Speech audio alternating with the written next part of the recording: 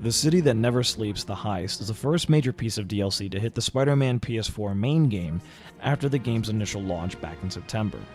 With most people having completed the game in its entirety, people were practically starved for new content, and this bit of DLC seeks to quench the thirst for those looking for just a little bit more in their Spider-Man game. Does it? Well, that's the real question. The DLC adds in some new story missions tying Black Cat's story that was hinted around the main game involving the Maggia crime family. With it also comes new crimes focused on the Maggia and a handful of side missions, collectibles, and challenges that are tied to certain districts within the city. Alongside are 3 brand new suits that you gain by completing tasks that are locked behind the events of the DLC, such as 100%ing the districts, as well as completing certain missions.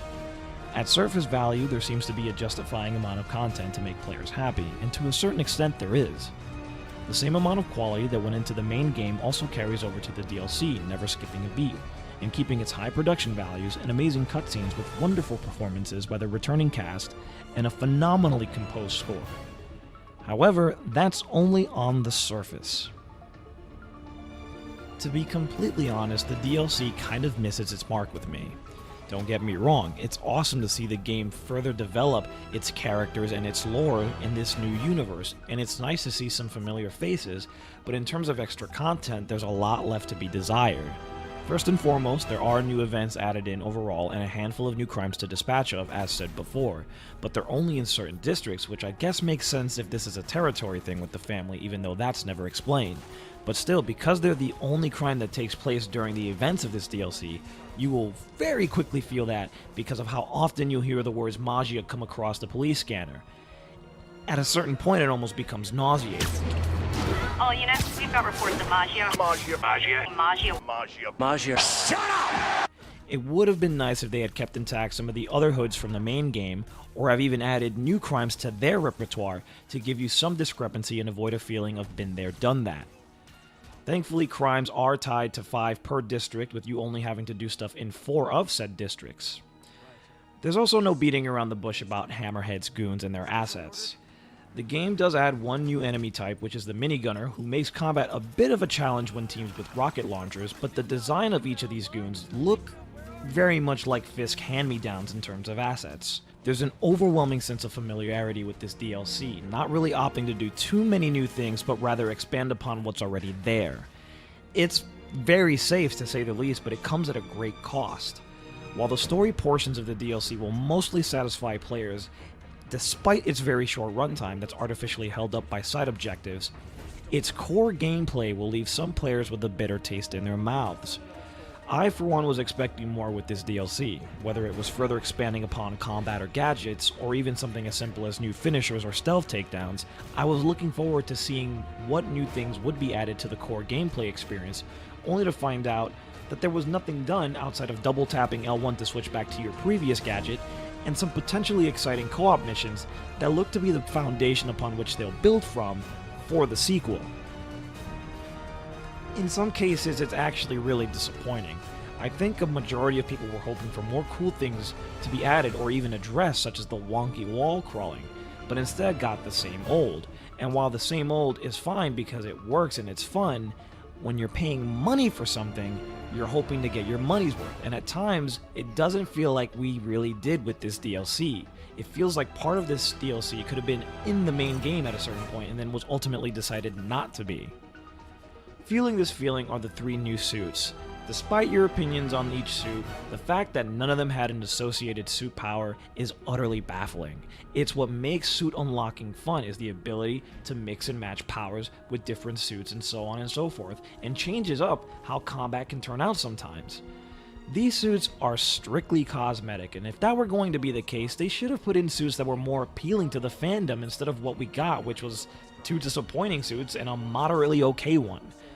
For $10, this just seems unfair and almost like fan consideration was an afterthought. Give us some time to find your son. Another bone of contention I have is the fact that the DLC is behind a menu. The city has to technically switch sides via selection in a menu in order for you to actually play it, instead of including itself on the main story map like a side mission would, which I thought would have helped it overall instead of isolating itself. You can do some of your main game stuff if you haven't, such as landmarks and backpacks, but apart from that, this solely concentrates on the Maggia crime family and the DLC's offerings, much to its detriment as stated before. On the one hand, it's nice to access the DLC whenever you want, but it's clearly meant to be endgame content, so unlocking it once the main story is finished from the main map would be nice, and the menu select screen could have been used as something like a mission selector, which the game still desperately needs. The only reason I bring this up is that once the main story missions are done for the DLC and all other objectives have been met, the map just basically dies. You can't do anything else, so the new crimes that were made specifically for this mode will not transfer over to the main map to differentiate the crimes in the crime system. Instead, they just stop happening once you're done, and they cease to exist, making it a waste of developer work when you can't even access them in the main game or at any other point unless you restart the DLC and only do it in the DLC. What's the point of making new crimes if you can only do them a handful of times before they're gone forever? And New York essentially dies with nothing for you to do except swing around. As a result of this, you have to switch over to the main campaign in order to get crimes back again. I feel like having it being on the same map would have alleviated this problem. It's not all bad, however. The new screwball challenges are a welcome addition to the game. They're honestly some of the most challenging things in the entire game at the moment for me, and the gadget challenge is pretty unique to say the least. I finally found usage for the damn suspension matrix, and it's only because the game forced me to use it.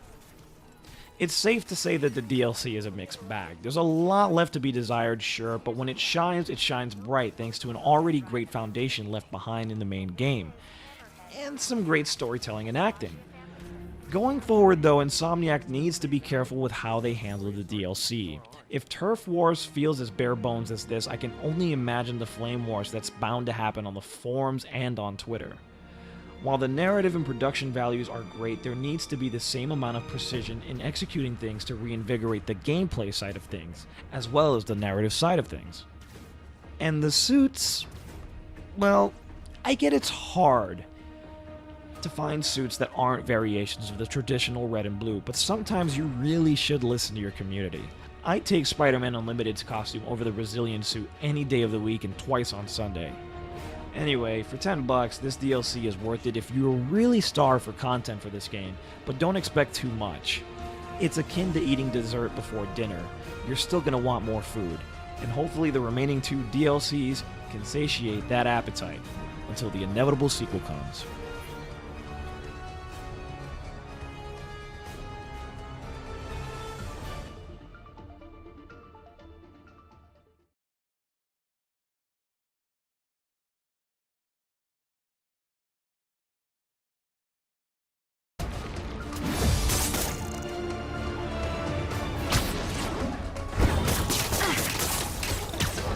Just need to get closer and this thing is all over. What is that?